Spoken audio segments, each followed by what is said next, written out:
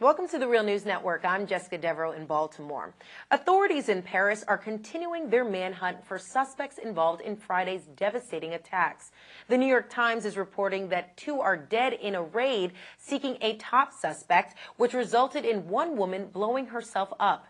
Meanwhile, many, including French President François Hollande, have come out for an extension of the state of emergency there in France. So now joining us to give us the latest from Paris is Barry Lando. Barry is the author of the book, The Watchman's File, and he's also a former producer of the CBS show 60 Minutes. Thank you so much for joining us, Barry.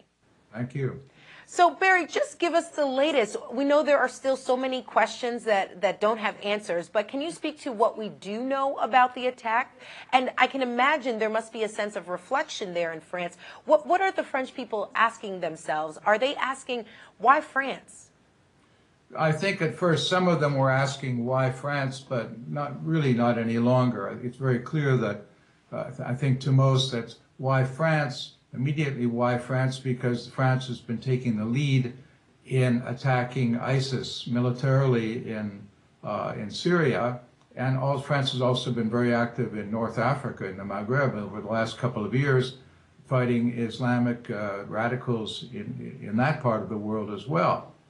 So that France has that military history. It's probably second only to the United States as far as the amount of it being aggressive against ISIS militarily, and also then there's the background of French, the relationship between France's Muslim population and the rest of France too. There's been some tensions between it over the years. Tensions have been growing, and as a result of that, a number of young people of Muslim descent were attracted by ISIS call and went to Syria and gone to North Africa also to fight France there, or to become part of the new Islamic homeland that's been declared in Iraq and Syria.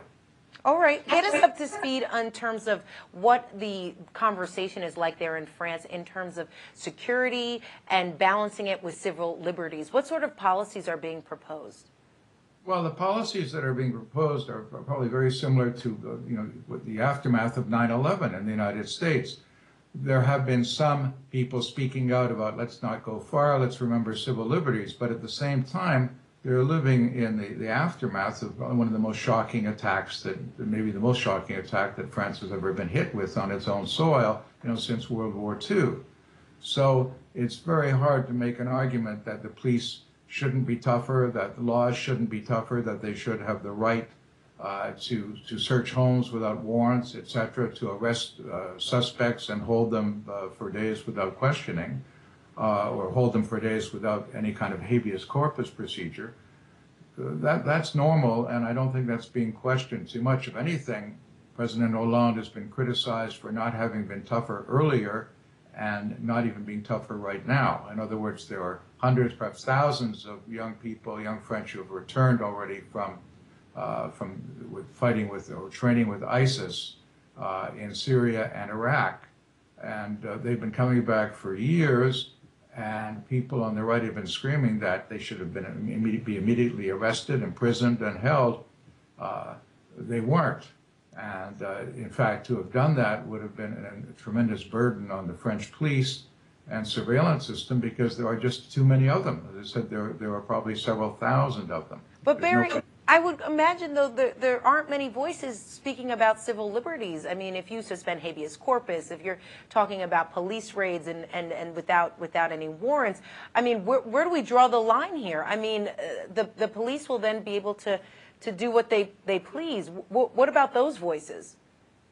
There are some voices saying we can't go too far. It's a very delicate situation. We don't want to trample all our rights.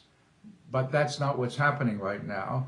And I think the government also is aware of that problem. But right now, I don't think it's happening. And I think most people right now, frankly, in Paris, are scared stiff and are quite happy to see the police doing what they're doing. Remember, there were 5 policemen who were injured this morning when they moved to capture or kill two of the terrorists that they seized this morning. Okay, so for you there being in France, in Paris, what is your take? My take is that, in other words, I consider myself a liberal, a Democrat with a small d, and I think that the measures that France is taking right now are necessary. I think, as I said, if you look what happened in the United States after 9/11, was scarcely a blink, scarcely a word out of Congress. It's the same thing going on here, only I think the French and I think the French are equally concerned about their rights as Americans are, probably even more so. All right. So let's move on and talk about how do we actually get to a more secure world? What sort of policies should world leaders be addressing in order to have more of a security at home? Because some would argue that if you're just thinking police state, if you're just thinking that you're going to suspend habeas corpus and diminish people's civil liberties, excuse me, that at the end of the day, it's a slippery slope. And what we really should be focusing on is intervention and ceasing to intervene in places like Libya that create these political vacuums and breeding grounds for terrorists. So do you see that as the key for security at home? Yeah, no, I think I've argued that from the very beginning, even before the invasion of Iraq, that that's at heart, that is what is the cause of all the turmoil, most of the turmoil in the greater Middle East today, which was the decision of actually the first invasion by H.W. Bush in 1990, when he moved into Kuwait and sent 150,000 American troops into the Middle East. That's really what got it all started. The Arabs do not want American troops in their homeland. And George W. Bush's invasion, overthrowing Saddam, was a further disaster that only created more turmoil, essentially destroyed the very fabric of Iraq, and set the stage for everything that's going on today. Okay, all right. Well, let's pause the conversation there. And in part two, we want to talk about Syria and this issue of Assad and if he has to go, which has been the American stance and the West stance around that issue. So Barry, just hang tight. Will join us for part two. But thank you so much for being with us.